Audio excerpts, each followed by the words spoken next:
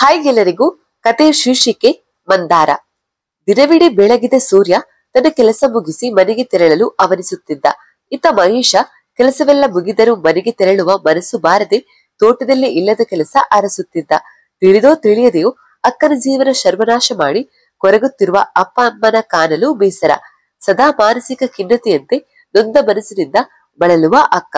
ಇವರೆಲ್ಲರನ್ನ ಈ ಸ್ಥಿತಿಯಲ್ಲಿ ನೋಡೋಕೆ ನಾನು ಬದುಕಿದ್ದೇನಾ ಅಂತ ಗೋಳಾಡೋ ಅಜ್ಜಿ. ಇವೆಲ್ಲ ನೆನಪಾದಾಗ ಸ್ವರ್ಗದಂತಹ ಮನೆಗೆ ಅದ್ಯಾರ ವಕ್ರದೃಷ್ಟಿ ಬಿತ್ತೋ ಎಂದು ಬೇಸರದಿಂದ ಮಹೇಶ ಮನಸ್ಸಿಲ್ಲದ ಮನಸ್ಸಿನಿಂದ ಮನೆಯತ್ತ ಮುಖ ಮಾಡಿದ. ಬಾಡಿದ ಮುಖ, ಕೆದರಿದ ತಲೆ.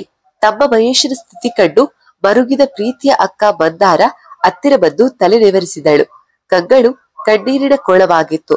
ಅಕ್ಕನ ನೋಡುತ್ತಿದ್ದಂತೆ ತನ್ನೆಲ್ಲ ಬೇಸರವ ಬದಿಗಿಡಲು ಪ್ರಯತ್ನಿಸಿ ಸೋತ ಮಹೇಶ ಅಕ್ಕನನ್ನ ಪ್ರೀತಿಯಿಂದ ತಬ್ಬಿ ಕಣ್ಣೀರು ಒರೆಸಿದ. ಮನದೊಳಗಿನ ಸಂಕಟಗಳ ಸರಮಾಲೆಯ ಒದ್ದ ಅಕ್ಕನನ್ನ ಸಮಾಧಾನಿಸಲು ಮಹೇಶ ಮಾಡಿದ ಪ್ರಯತ್ನ ವಿಫಲವಾಯಿತು. ಒಳಗಿನ ಯಾತನೆ ಕಣ್ಣೀರಾಗಿ ಹರಿಯುತ್ತಿತ್ತು. ಪರಸ್ಪರ ಅಕ್ಕ ತಮ್ಮ ತಮಗೆ ತಾವೇ ಸಮಾಧಾನ ಮಾಡಿಕೊಳ್ಳುತ್ತಾ ಒಳಬಂದರು. ಕತ್ತಲಾದರೂ ದೀಪ ಬೆಳಗದೆ ಕೋಣೆ ಸೇರಿದ ಅಮ್ಮ. ಅಲ್ಲೆಲ್ಲೋ ಅಂಗಳದ ತುದಿಯಲ್ಲಿ ಕವಳ ಜಗಿಯುತ್ತಾ ಉಗುಳುತ್ತಾ ತನ್ನನ್ನೇ ತಾನು ಶಪಿಸಿಕೊಳ್ಳುತ್ತಿರುವ ಅಪ್ಪ. ದೇವರಿಗಾದ್ರೂ ದೀಪ ಹಚ್ಚೆ ಕೂಸೆ, ಎಲ್ಲೋದ್ಯೆ, ಈಗಾಗಿದ್ದು ಕತ್ತಲೆ ಸಾಲದೇನೆ ಮತ್ತು ಅಂಧಾಕಾರ ಈ ಜೀವನಕ್ಕೆ ಬೇಕೇನೆ ಎಂದು ಏರು ದನಿಯಲ್ಲಿ ಕೂಗುತ್ತಿರುವ ಅಜ್ಜಿ. ಬಂದೆಗಿರಜ್ಜಿ ಅನ್ನುತ್ತಾ ಮಹೇಶ ಮನೆಯ ಎಲ್ಲಾ ದೀಪಗಳನ್ನ ಉರಿಸಿದ. ಮಂದಾರ ಕೈಕಾಲು ತೊಳೆದು ಬಂದು ದೇವರ ಮನೆ ಸೇರಿದಳು. ಭಗವಂತನ ಮುಂದೆ ಕುಳಿತ ಮಂದಾರಳಿಗೆ ಈ ಮನೆಯ ಬೆಳಕು ಮಾಸಿದ್ದು ನನ್ನಿಂದ. ಅದಕ್ಕೆ ಕಾರಣ ನಾನೇ ಆಗಿದ್ದೇನೆ. ಆದರೆ ನನ್ನ ತಪ್ಪಾದರೂ ಏನು? ಮದುವೆಯಾದ ಮೊದಲ ದಿನವೇ ಗಂಡನಾದ ಗಂಡು ತನ್ನ ವ್ಯಭಿಚಾರವನ್ನೆಲ್ಲ ಹೊರಗೆ ಹಿಡಿದ್ದ. ಕದ್ದು ಮುಚ್ಚಿ ಸಿಗರೇಟು ಸೇದಿದ್ದು ಅವನು ಸನಿಹ ಬಂದಾಗ ಮದ್ಯದ ವಾಸನೆಯು ಉಸಿರುಗಟ್ಟಿತ್ತು. ಸಾಲದಕ್ಕೆ ರಬ್ಬೆ ಉರುಷಿ ಅಂತ ಬೆಡಗಿಯರ ಜೊತೆ ತಾ ಕಳೆದ ಸವಿನೆನಪ ಬಿಚ್ಚಿಟ್ಟ ಭೂಪ ಅವನು. ಮನೆ ತುಂಬಾ ಆಳು ಕಾಳು, ಸಿರಿತನ ತುಂಬಿ ತುಳುಕುತ್ತಿರುವ ಸಂಸಾರ, ಒಳ್ಳೆಯ ಜನ, ಅಪ್ಪ ಅಮ್ಮ ದೇವರಂತವರು ಎಂದೆಲ್ಲ ಸಾಲು ಸಾಲು ಸುಖದ ಸಾಲುಗಳನ್ನ ಕೇಳಿದೊಡನೆ ಇಂದು ಮುಂದು ವಿಚಾರಿಸದೆ ನನ್ನಪ್ಪ ನನ್ನ ದಾರೆ ಎರಿದು ಕೊಟ್ಟು ಬಿಟ್ಟ.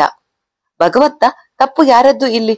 ಮಗಳು ಸುಖವಾಗಿರಲೆಂದು ಮದುವೆ ಮಾಡಿದ ಅಪ್ಪನ ತಪ್ಪ?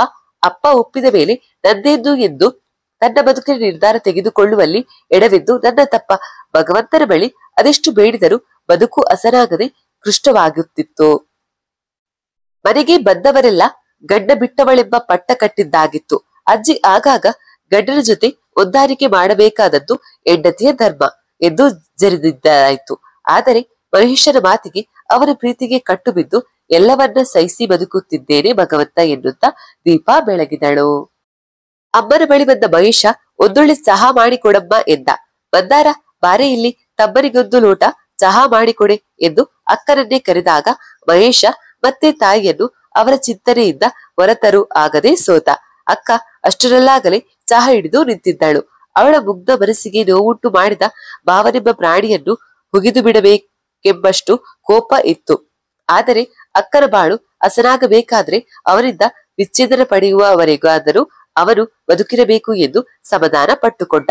ರಾತ್ರಿಯ ಊಟಕ್ಕೆ ತಮ್ಮ ಮಹೇಶನಿಗೆ ಪ್ರಿಯವಾದ ಈರುಳ್ಳಿ ಪಕೋಡ ಮಾಡಿ ಕಾಯುತ್ತ ಕುಳಿತ ಅಕ್ಕ ಮಂದಾರ ಯಾವ ಜನ್ಮದಲ್ಲಿ ತನಗೆ ತಾಯಿಯಾಗಿದ್ದಳೋ ಎಂದು ಅಂದುಕೊಳ್ಳುತ್ತಾ ಅಕ್ಕನ ಮುಖ ನೋಡುತ್ತಾ ಊಟಕ್ಕೆ ಕುಳಿತ. ಅಪ್ಪ ಅಮ್ಮ ಅಜ್ಜಿಯದು ಊಟ ಆಗಿಲ್ಲವೆಂದು ತಿಳಿದಾಗ ಮನಸ್ಸು ರೋಧಿಸಿತು.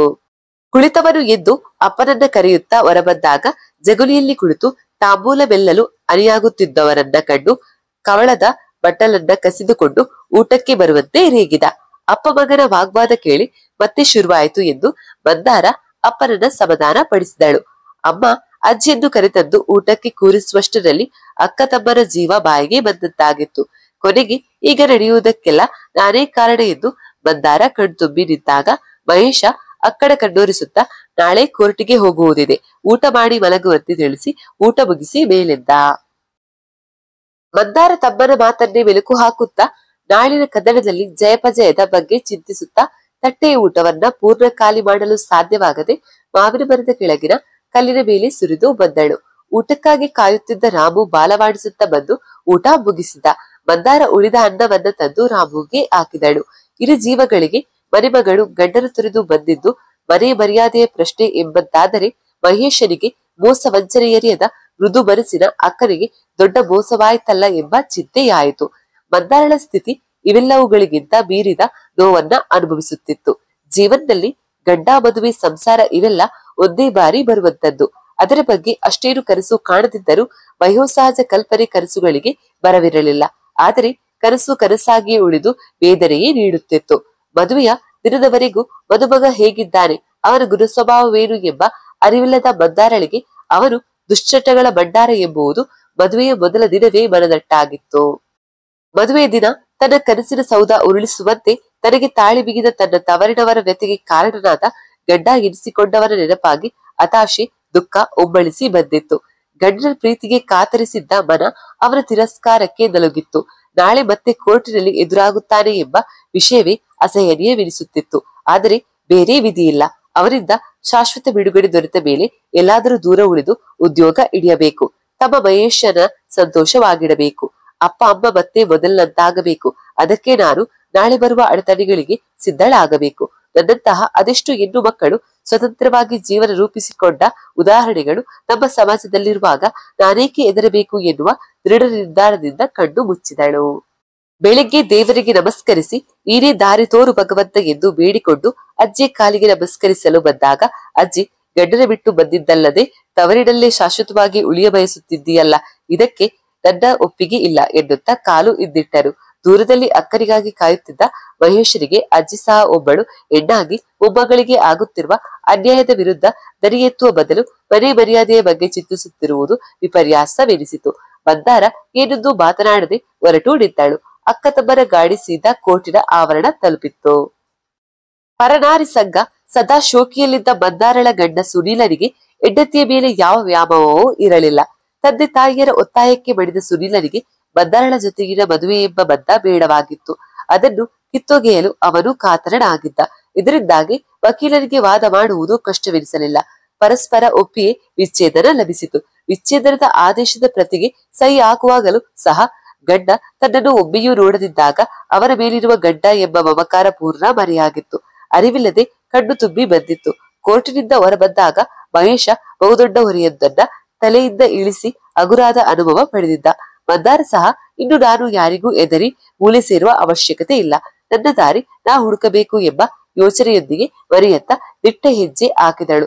ಬಂಧನದಿಂದ ಬಿಡುಗಡೆ ಪಡೆದ ಸುನೀಲ ಆರುವ ಅಕ್ಕಿಯಂತಾಗಿದ್ದ. ಹೊಸ ಅಕ್ಕಿಯ ಹುಡುಕಿ ಹೊರಟಿದ್ದ. ತಮ್ಮಿಂದಾದ ತಪ್ಪಿಗೆ ಮಗಳನ್ನ ದೂರುವ ಬದಲು ಮಗನ ನಿರ್ಧಾರಕ್ಕೆ ತಲೆದೂಗುವುದು ಸರಿ ಎನಿಸಿ ವಿಚ್ಛೇದನ ಪಡೆಯಲು ಸಮ್ಮತಿಸಿ ಸೂಚಿಸಿದ್ದ ಅಪ್ಪ ಅಮ್ಮ ಕಾತರದಿಂದ ಮಗಳ ಬರುವಿಕೆಗಾಗಿ ಕಾಯುತ್ತಿದ್ದರು. ಮಹೇಶನ ಗಾಡಿ ಶಬ್ದ ಕೇಳಿಸಿದ್ದೆ ಬಾಗಿಲ ಬಳಿ ಬಂದು ಫಲಿತಾಂಶಕ್ಕಾಗಿ ಕಣ್ಣರಳಿಸಿ ನಿಂತರು. ಮಗಳ ಗೆಲುವಾದ ಮುಖವೇ ಉತ್ತರವನ್ನ ನೀಡಿತ್ತು. ಎಂದಾದರೊಮ್ಮೆ ಮುಂದೊಂದು ದಿನ ಮಗಳ ಜೀವನ ಸರಿಪಡಿಸುವ ಅವಕಾಶ ಸಿಕ್ಕಿತಲ್ಲ ಎಂದು ತಮ್ಮಲ್ಲೇ ಸಮಾಧಾನ ಪಟ್ಟರು. ಮಹೇಶ ಒಳಬಂದವನು, ಅಕ್ಕ ಈಗ ಸ್ವತಂತ್ರಳು. ಅವಳನ್ನ ದೂರುವುದಾಗಲಿ ಮನಸ್ಸಿಗೆ ನೋವಾಗುವಂತೆ ಯಾರಾದ್ರೂ ಮಾತನಾಡಿದರೆ ನಾನು ಅಕ್ಕ ಈ ಮನೆಯನ್ನೇ ಬಿಡಬೇಕಾಗುತ್ತೆ ಎಂದು ಅಜ್ಜಿಗೂ ಕೇಳುವಂತೆ ಗಟ್ಟಿಯಾಗಿ ಹೇಳಿದ. ಮಹೇಶನ ಮಾತು ಕೇಳುತ್ತಿದ್ದಂತೆ ಅಮ್ಮ ಹತ್ತಿರ ಬಂದು ಮಗನ ತಬ್ಬಿದರು. ಮಂದಾರಳ ಮನಸ್ಸಿನಲ್ಲಿ ಮಹೇಶ ದೇವಿ ಸ್ವರೂಪನಾಗಿದ್ದ. ತಮ್ಮ ಚಿಕ್ಕವರಾದರೂ ಎಷ್ಟೊಂದು ಎತ್ತರದ ವ್ಯಕ್ತಿತ್ವ ಹೊಂದಿದ್ದಾನೆಂದು ಹೆಮ್ಮೆ ಪಟ್ಟಳು. ಜೀವನದ ಏರುಪೇರುಗಳೇ ಇರಲಿ, ದೈನಂದಿನ ಜೀವನಕ್ಕೆ ಹೊಂದಿಕೊಳ್ಳಬೇಕಾದದ್ದು ಪ್ರಕೃತಿ ಧರ್ಮ. ತೋಟದ ಯೋಗಕ್ಷೇಮ ಮಹೇಶನ ಕೆಲಸವಾದರೆ ಮೇಲುಸ್ತುವಾರಿ ತಂದೆಯದ್ದಾಗಿತ್ತು. ಮಂದಾರ ಮತ್ತು ಅಮ್ಮ ಮನೆ ಕೆಲಸದಲ್ಲಿ ತೊಡಗಿದರೆ ಇನ್ನು ಅಜ್ಜಿಯ ಗೊರನಾಟ ಮಾಮೂಲಿ ಆಗಿತ್ತು. ಹೀಗೆ ಎಷ್ಟು ದಿನ ಈ ಹೊಂದಾಣಿಕೆ? ಮನದ ಮೂಲೆಯಲ್ಲಿ ಕಾಣದ ಭಯ ಮನೆ ಮಾಡಿತ್ತು. ಮಗನು ವಯಸ್ಸಿಗೆ ಬಂದವನು. ಸೊಸೆ ತರಬೇಕಾದ ಜವಾಬ್ದಾರಿ ನೆನಪಾದ ಅಮ್ಮ ಮತ್ತೆ ಮನಸ್ಸಿನಲ್ಲಿ ಕೊರಗಲು ಆರಂಭಿಸಿದರು. ಅಕ್ಕ ಗಡ್ಡ ಬಿಟ್ಟವಳೆಂದು ತಮ್ಮನಿಗೆ ಹೆಣ್ಣು ಕೊಡಲು ಮುಂದೆ ಬರುವವರಿಲ್ಲ ಎಂಬ ಸತ್ಯ ಮಂದಾರಳಿಗೆ ಮೊದಲಿನಿಂದಲೂ ತಲೆಯಲ್ಲಿತ್ತು. ನಾನು ತವರಿಗೆ ಹೊರೆಯಾಗಬಾರದೆಂದು ಅಂದುಕೊಂಡರೂ ಮಾಡುವುದಾದರೂ ಏನನ್ನು? ಮನೆ ಬಿಟ್ಟು ಹೊರ ಹೋಗಿ ಬದುಕುವಷ್ಟು ಧೈರ್ಯ ನನ್ನಲ್ಲಿಲ್ಲ. ಹಳ್ಳಿಯನ್ನು ತೊರೆದು ಪಟ್ಟಣದ ರೀತಿ ರಿವಾಜಿಗೆ ಹೊಂದಿಕೊಳ್ಳುವಷ್ಟು ಚತುರತೆಯಾಗಲಿ ಒಳ್ಳೆ ಉದ್ಯೋಗ ಹಿಡಿಯುವಷ್ಟು ವಿದ್ಯೆಯೂ ನನ್ನಲ್ಲಿಲ್ಲ. ಮಂದಾರಳ ಮನವು ಮತ್ತೆ ಮುದುಡಿತು. ಆಗಾಗ ಅಜ್ಜಿಯ ಕಟು ಮಾತುಗಳು ಬೇಡವೆಂದರೂ ದುಃಖ ಒಮ್ಮಳಿಸಿ ಬರುತ್ತಿತ್ತು. ಬದುಕು ಯಾವತ್ತೂ ನಿಂತ ನೀರಲ್ಲ. ಬರುವ ಅಡೆತಡೆಗಳಿಗೆ ಅಂಜಬಾರದು ಎಂದು ಮತ್ತೆ ಮೊದಲಂತೆ ತನ್ನ ಕೆಲಸದಲ್ಲಿ ಮಗ್ನಳಾಗಿದ್ದಳು. ಅದೊಂದು ದಿನ ಕಿರಣಿ ಸಾಮಾನು ತರಲು ಲಿಂಗಣ್ಣನ ಅಂಗಡಿಗೆ ಬಂದಾಗ ಮಂದಾರಳನ್ನ ನೋಡಿದ ಊರವರು ಮನ ಬಂದಂತೆ ತಮ್ಮಲ್ಲೇ ಮಾತು ಶುರು ಮಾಡಿದ್ದರು. ಆದರೆ ಪರಿಸ್ಥಿತಿಯ ಬಗ್ಗೆ ತಿಳಿದಿದ್ದ ಲಿಂಗನ್ನ ಆಡುವ ನಾಲಿಗೆಗೆ ಅಜ್ಜದಿರು ಮಗಳೇ, ಈ ಊರು ನಿನ್ನೂರು, ನಿನಗೆ ಇವರ್ಯಾರ ಅಗ್ಗಿಲ್ಲ ಎದರ್ಬೇಡ ಎಂದು ಮನೆ ಮಗಳಿಗೆ ಸಮಾಧಾನದ ಹೇಳುವಂತೆ ಹೇಳುತ್ತಾ ರೇಷನ್ ನೀಡಿದ. ಆದರೆ ಮನಸ್ಸಿನೊಳಗೆ ಕೋಲಾಹಲ ಎದ್ದಿತ್ತು. ಏನೊಂದು ವಿಚಾರ ಗೊತ್ತಿರದವರು ಆ ವಿಚಾರದ ಬಗ್ಗೆ ಮನ ಬಂದಂತೆ ಮಾತನಾಡಲು ಯಾವ ಹಕ್ಕಿದೆ? ನಾನು ನನ್ನ ಜೀವನ, ನನ್ನ ತವರಿನವರಿಗೂ ಇರದ ಚಿಂತೆ ಇವರಿಗೇಕೆ? ಜನರಿಗೆ ಒಳ್ಳೆಯ ಯೋಚನೆಯೇ ಬರುವುದಿಲ್ಲವೇ? ಗಂಡನ ಅವಗುಣಗಳನ್ನ ಧಿಕ್ಕರಿಸಿ ಬಂದಿರುವುದಲ್ಲಿ ನನ್ನ ತಪ್ಪೇನು? ತಪ್ಪು ಮಾಡಿದವರಿಗೆ ಮರ್ಯಾದೆ ನೀಡುವ ಜನ ತಪ್ಪಿಲ್ಲದ ನನ್ನ ದೂರುವುದ್ಯಾಕೆ ಎನ್ನುತ್ತಾ ಸರಿ ತಪ್ಪುಗಳ ಒಯ್ದಾಟದೊಂದಿಗೆ ಕಣ್ಣೀರು ಒರೆಸುತ್ತಾ ದಾಪುಗಾಲಿಟ್ಟು ಮನೆ ಸೇರಿದಳು. ಅಂಗಡಿಯಲ್ಲಾದ ವಿಚಾರ ಮನೆಯವರಿಗೆ ಗೊತ್ತಾದ್ರೆ ಮತ್ತೊಂದು ಹೊಸ ಸಮಸ್ಯೆ ನನ್ನಿಂದ ಅಂತ ಸುಮ್ಮನಾದಳು. ಮಹೇಶನ ಕೆಲಸವೆಲ್ಲ ತೋಟದತ್ತ ಇದ್ದರೂ ಚಿತ್ತ ಮಾತ್ರ ಅಕ್ಕನ ಮುಂದಿನ ಜೀವನದತ್ತವೇ ಇತ್ತು. ಅಕ್ಕ ನಮಗೇನು ಭಾರವಲ್ಲ, ಆದರೆ ಅವಳ ಸ್ಥಾನದಲ್ಲಿ ನಿಂತಾಗ ಅವಳ ಯೋಚನೆಯ ದೃಷ್ಟಿಕೋನ ನಮಗಿಂತ ಭಿನ್ನವಾಗಿರುತ್ತದೆ. ಇದು ಒಂದು ದಿನದ ಸಂಕಟವಲ್ಲ. ಅಕ್ಕ ದಿನವೂ ಪ್ರತಿ ಕ್ಷಣವೂ ತನ್ನೊಳಗೆ ನೋವುಂಡು ನನಗಾಗಿ ನಗುತ್ತಿರುವವಳು. ಅವಳಿಗೊಂದು ಭದ್ರತೆಯ ಭವಿಷ್ಯ ನನ್ನ ಮುಂದಿನ ಗುರಿ ಎಂದು ನಿರ್ಧರಿಸಿ ಗೆಳೆಯ ಮೋಹಿತನ ಮನೆಯತ್ತ ನಡೆದ. ಮೋಹಿತನ ಅಮ್ಮ ಮಹೇಶನನ್ನ ಸಂತೋಷದಿಂದ ಒಳಗೆ ಕರೆದವರು ಮನೆಯವರೆಲ್ಲರನ್ನ ವಿಚಾರಿಸಿದರು. ಮಂದಾರಳ ಬಗ್ಗೆ ಕೇಳಿ ನೊಂದು ನುಡಿದು ಅಪ್ಪನ ದುಡುಕಿನ ನಿರ್ಧಾರಕ್ಕೆ ಮಗಳು ನೋವು ಅನುಭವಿಸಿದಳು ಎಂದು ಮರುಕ ಪಟ್ಟರು. ಮಹೇಶ ಗೆಳೆಯನ ಬಗ್ಗೆ ವಿಚಾರಿಸಿ ಅವನ ಫೋನ್ ನಂಬರ್ ಪಡೆದು ಹೊರಡಲ ಅನುವಾದ. ಏನೋ ನೆನಪಾದವರಂತೆ ಮಹೇಶನ ತಡೆದ ಮೋಹಿತನ ಅಮ್ಮ, ನಾಳೆ ಮಂದಾರಳಿಗೆ ನಮ್ಮ ಮನೆಗೆ ಬರ ಹೇಳು. ನನಗೀಗ ಹೊಲಿಗೆ ಮಾಡಲು ಸಾಧ್ಯವಾಗುತ್ತಿಲ್ಲ, ಆದರೆ ಜನನನ್ನ ಬಿಡುತ್ತಿಲ್ಲ. ಹೇಗೂ ಅವಳು ಒಳ್ಳೆ ಹೊಲಿಗೆ ಕಲಿತಿದ್ದಾಳಲ್ಲ, ನನಗೆ ಸಹಾಯವಾದೀತು ಎಂದರು. ಮಹೇಶ ಒಂದು ಕ್ಷಣ ಸಾಯುತ್ತಿರುವವನಿಗೆ ಅಮೃತ ಸಿಕ್ಕರೆ ಸಂತೋಷವಾಗುವಷ್ಟು ಖುಷಿಯಾಯಿತು. ನನ್ನಕ್ಕ ಹೊರಗೆಲ್ಲೋ ಹೋಗಿ ಬದುಕು ಕಟ್ಟಿಕೊಳ್ಳುವುದಕ್ಕಿಂತ ಊರಲ್ಲಿ ನಮ್ಮೆದುರಲ್ಲೇ ಇರುವುದು ಒಳ್ಳೆಯದೆಂದು ಅನಿಸಿ ಮೋಹಿತನ ಅಮ್ಮನ ಕಾಲಿಗೆರಗಿ ಬಿಟ್ಟ. ಮಹೇಶನ ವರ್ತನೆ ಕ್ಷಣಕಾಲ ಮೋಹಿತನ ಅಮ್ಮನಿಗೆ ದಿಗಿಲಾಗುವಂತೆ ಮಾಡಿತು. ಮಹೇಶನನ್ನ ಸಮಾಧಾನಿಸುತ್ತಾ ಮಂದಾರಳಿಗೆ ನಾಳೆ ಬರಲು ತಿಳಿಸಿದ್ದರು. ಮನೆಗೆ ಬಂದ ಮಹೇಶನ ಲವಲವಿಕೆ ಕಂಡ ಅಕ್ಕ ಮಂದಾರಳಿಗೆ ಇಂದು ತಮ್ಮ ಮಹೇಶನ ಸಂತೋಷಕ್ಕೆ ಕಾರಣವ ಕೇಳಲು ಕಾತರಿಸಿದಳು. ಕಾಲು ತೊಳೆದು ದೇವರಿಗೊಂದು ದೀರ್ಘದಂಡ ನಮಸ್ಕಾರ ಹಾಕಿದ. ಆದರೆ ಅಕ್ಕನಿಗೆ ಈ ವಿಚಾರ ತಿಳಿಸುವುದು ಹೇಗೆ? ನನ್ನ ಬಗ್ಗೆ ತಪ್ಪಾಗಿ ತಿಳಿಯಲೇ ಇಷ್ಟು ಬೇಗ ತಮ್ಮ ಸ್ವಾರ್ಥಿಯಾಗಿ ಬಿಟ್ಟನೆ ಎಂದು ಭಾವಿಸಿದರೆ ನಾ ಸತ್ತಂತೆ ಯೋಚಿಸಿದವನೇ ಕ್ಷಣಕಾಲ ಮೈ ಕೈ ಬೆವರಿದಂತಾದ. ದುಡುಕಬಾರದು, ಈಗಾಗ್ಲೇ ಅಪ್ಪನ ದುಡುಕಿನ ನಿರ್ಧಾರದಿಂದ ಆದ ಅನಾಹುತವೇ ಸಾಕು. ಮತ್ತೊಮ್ಮೆ ಸರಿಯಾಗಿ ಯೋಚಿಸಿ ಅಕ್ಕನಿಗೆ ವಿಷಯ ತಿಳಿಸುವುದೆಂದು ಕೊಂಡ. ತಮ್ಮನ ಕಣ್ಣ ನೋಟದಲ್ಲಿ ಅವರ ಮನಸ್ಸಿನಾಳಕ್ಕೆ ಹೋಗಿ ಬರುವ ಅಕ್ಕ ಮಂದಾರ ಸುಮ್ಮನಿರಲು ಹೇಗೆ ಸಾಧ್ಯ? ಅದಾಗಲೇ ತಮ್ಮನ ಅರಳಿದ ಮುಖ ಏನೋ ಹೊಸ ವಿಷಯ ತಂದಿದ್ದಾನೆ ಎಂಬುದನ್ನ ಸರಿ ಹೇಳುತ್ತಿತ್ತು. ತಮ್ಮನನ್ನ ಅರಸಿ ಬಂದಳು ಮಂದಾರ. ಸೀದಾ ಅಕ್ಕನನ್ನ ಕರೆದುಕೊಂಡು ಮಳಿಗೆ ತನ್ನ ಕೋಣೆಗೆ ಬಂದ. ಅಕ್ಕ, ನೀ ಯಾವತ್ತೂ ನನಗಾಗಲಿ ಈ ಮನೆಗಾಗಲಿ ಭಾರವಲ್ಲ, ಆದರೆ ನಿನ್ನ ಮನಸ್ಸು ಏನೆಂದು ನಾನರಿತಿದ್ದೇನೆ, ಅರಿಯಬಲ್ಲೆ ಎನ್ನುತ್ತಿರುವಂತೆ ಮಂದಾರಳ ಕಣ್ಣು ಕೆಂಪಾಗಿತ್ತು. ನೋಡು, ಮತ್ತೆ ನೀ ಅಳಬಾರದು. ಈ ತಮ್ಮ ನಿನ್ನ ಯಾವತ್ತೂ ಬಿಟ್ಟು ಕೊಡಲಾರ. ನಿನಗೆ ನೀ ಯೋಚಿಸುತ್ತಾ ನೋವುಣ್ಣುವುದನ್ನು ನಾ ನೋಡಲಾರೆ. ನೀ ಒಪ್ಪುವುದಾದ್ರೆ ನಾಳೆ ನನ್ನ ಗೆಳೆಯ ಮೋಹಿತನ ಅಮ್ಮ ಹೊಲಿಗೆ ಕೆಲಸಕ್ಕೆ ಬರಲು ತಿಳಿಸಿದ್ದಾರೆ. ಮಾತು ಮುಗಿಯುವಷ್ಟರಲ್ಲಿ ದೀರ್ಘ ಉಸಿರೆಳೆದ. ಒಂದೇ ಉಸಿರಿಗೆ ಹೇಳಿ ಮುಗಿಸಿದ್ದ. ತಮ್ಮನ ಖುಷಿಯ ಕಾರಣ ತಿಳಿದು ಮಂದಾರಳಿಗೂ ಖುಷಿಯಾಯ್ತು. ಕೂಡಲೇ ಇಂದು ಮುಂದೆ ಯೋಚಿಸದೆ ಒಪ್ಪಿಯೇ ಬಿಟ್ಟಳು. ಯಾವುದೇ ಒತ್ತಾಯವಿಲ್ಲಕ್ಕ, ನಿನಗೂ ಸಮಯ ಕಳೆದಂತಾಯ್ತು, ಮನಸ್ಸು ಹಗುರಾಗುತ್ತೆ ಎಂದು ಒಪ್ಪಿ ಬಂದೆ. ನಿನಗೆ ಇಷ್ಟವಿಲ್ಲ ಅಂತಾದ್ರೆ ನೀ ಹೇಳಿಬಿಡು, ನಾ ಹೇಳಿದ್ದಕ್ಕಾಗಿ ಒಪ್ಪೋ ಅವಶ್ಯಕತೆ ಇಲ್ಲ ಎಂದು ಮತ್ತೆ ಮತ್ತೆ ಹೇಳಿದ. ಮಂದಾರಳಿಗೆ ತಮ್ಮನ ಸದುದ್ದೇಶ ಅರಿವಿದ್ದ ಕಾರಣ ಕೂಡಲೇ ಒಪ್ಪಿಬಿಟ್ಟಳು. ಆದರೆ ಮೋಹಿತನ ಮನೆ, ಅವನು ಮತ್ತು ನಾನು 3ನೇ ತರಗತಿಯವರೆಗೆ ಒಟ್ಟಿಗೆ ಓದಿದ್ದೇವೆ. ಆದರೂ ಆಗ ಒಳ್ಳೆಯವನಾಗಿದ್ದ. ಈಗ ಹೇಗೋ ಏನು. ನಾ ದಿನವೂ ಅಲ್ಲಿ ಕೆಲಸ ಮಾಡುವುದು ಮನೆಯವರಿಗೆ ಕಿರಿಕಿರಿಯಾದರೆ ನಾ ಅಲ್ಲೂ ಹೊರೆಯಾಗಿ ಬದುಕಬೇಕಾಗುತ್ತದೆ. ಅವನ ಅಮ್ಮ ಏನು ತನಗೆ ಆಸರೆ ಆಯ್ತೆಂದು ಕರೆದಿರಬಹುದು. ಆದ್ರೆ ಯೋಚಿಸಿದಾಗ ಕ್ಷಣಕಾಲ ಮಂದಾರಳ ಸಂತೋಷವನ್ನ ಕಸಿದಿತ್ತು. ಸುಮ್ಮನೆ ಯೋಚನೆಯಲ್ಲಿ ಮುಳುಗಿದ್ದ ಅಕ್ಕನನ್ನ ಮಹೇಶ ಎಚ್ಚರಿಸಿದ. ಮೋಹಿತ ಮಂಗಳೂರಿನಲ್ಲಿ ಓದಿದ್ದನಕ್ಕ. ಅವನು ಅವರ ಮನೆಯಲ್ಲಿ ಇರಲ್ಲ, ವರ್ಷಕ್ಕೊಮ್ಮೆ ರಜೆಯಲ್ಲಿ ಮಾತ್ರ ಬರ್ತಾನೆ. ಅವನ ಬಗ್ಗೆ ತಲೆ ಕೆಡಿಸಿಕೊಳ್ಳಬೇಡ ಎಂದಾಗ ಮಂದಾರ ತಮ್ಮನ ಮುಂದಾಲೋಚನೆ ಹಾಗೂ ತನ್ನ ಬಗೆಗಿನ ಕಾಳಜಿಗೆ ಕಣ್ಣಲ್ಲಿ ತೃಪ್ತಿಯ ಭಾವವನ್ನು ತಿಳಿಸುತ್ತಾ ತನ್ನ ಕೋಣೆಗೆ ತೆರಳಿದಳು. ಮಹೇಶ ಬೆಳಿಗ್ಗೆ ತಿಂಡಿ ತೀರ್ಥವ ಮುಗಿಸಿ ಅಪ್ಪ ಅಮ್ಮನಿಗೆ ವಿಷಯ ತಿಳಿಸಿ ಅಕ್ಕನನ್ನ ಮೋಹಿತನ ಮನೆಗೆ ಕರೆದುಕೊಂಡು ಹೊರಟ. ಅಮ್ಮ ಗಿಡಗಳಿಗೆ ನೀರೆರೆಯುತ್ತಿದ್ದವರು ಮಹೇಶನ ಕಣ್ಣೊಡನೆ ಹತ್ತಿರ ಬಂದರು. ಮಂದಾರಳನ್ನ ನೋಡಿ ಸುಮಾರು ವರ್ಷಗಳೇ ಆಗಿದ್ದವು. ಸಾಧಾರಣ ಚೆಲುವು, ಮುಗ್ಧತೆಯ ಸಾಕಾರ. ಅಷ್ಟೇನು ಅಲಂಕಾರವಿಲ್ಲದಿದ್ದರೂ ನೋಡಿದೊಡನೆ ಆಕರ್ಷಿತವಾಗಿ ಕಾಣುವ ಕಣ್ಣು. ಸುಲೋಚನಾರ ಕಣ್ಣಿಗೆ ಹೆಣ್ಣು ಮಕ್ಕಳಿಲ್ಲದ ಮನೆಗೆ ಲಕ್ಷ್ಮಿಯಂತೆ ಕಂಡಳು ಮಂದಾರ. ಮಗಳೇ ಎನ್ನುತ್ತ ತಲೆ ಸವರಿ ಒಳಗೆ ಕರೆದೊಯ್ದರು. ಸುಲೋಚನ ತನ್ನ ಹೊಲಿಗೆ ಕೊಠಡಿಗೆ ಕರೆದೊಯ್ದು, ದಿನವೂ ಬಂದು ಕೈಲಾದಷ್ಟು ಒಳಿದು ಹೋಗು. ಬಂದ ಹಣವೆಲ್ಲವೂ ನಿನಗೆ ಆಗುತ್ತದೆ. ಒಲಿಯಲು ಸಾಧ್ಯವಿಲ್ಲ, ಆಗುವುದಿಲ್ಲ ಎಂದರೂ ಊರವರು ನನ್ನನ್ನೇ ನಂಬಿ ಕೊಟ್ಟು ಹೋಗುತ್ತಾರೆ. ಅವರ ಪ್ರೀತಿಗೆ ಇಲ್ಲ ಎನ್ನಲಾಗದೆ ಬಟ್ಟೆ ತೆಗೆದುಕೊಳ್ಳುತ್ತೇನೆ ಎನ್ನುತ್ತಾ ಮಿಷನ್ ತೋರಿಸಿದರು. ಹೊಲಿಗೆ ಬಿಟ್ಟು ತುಂಬಾ ದಿನಗಳಾದ ಕಾರಣ ಮಂದಾರ ಸ್ವಲ್ಪ ತಡವರಿಸಿದಳಾದರೂ ಒಂದೆರಡು ಹೊಲಿಗೆ ಬೀಳುತ್ತಲೇ ಎಂದಿನಂತೆ ತನ್ನ ಗಾತಿಗೆ ಹೊಂದಿಕೊಂಡಳು.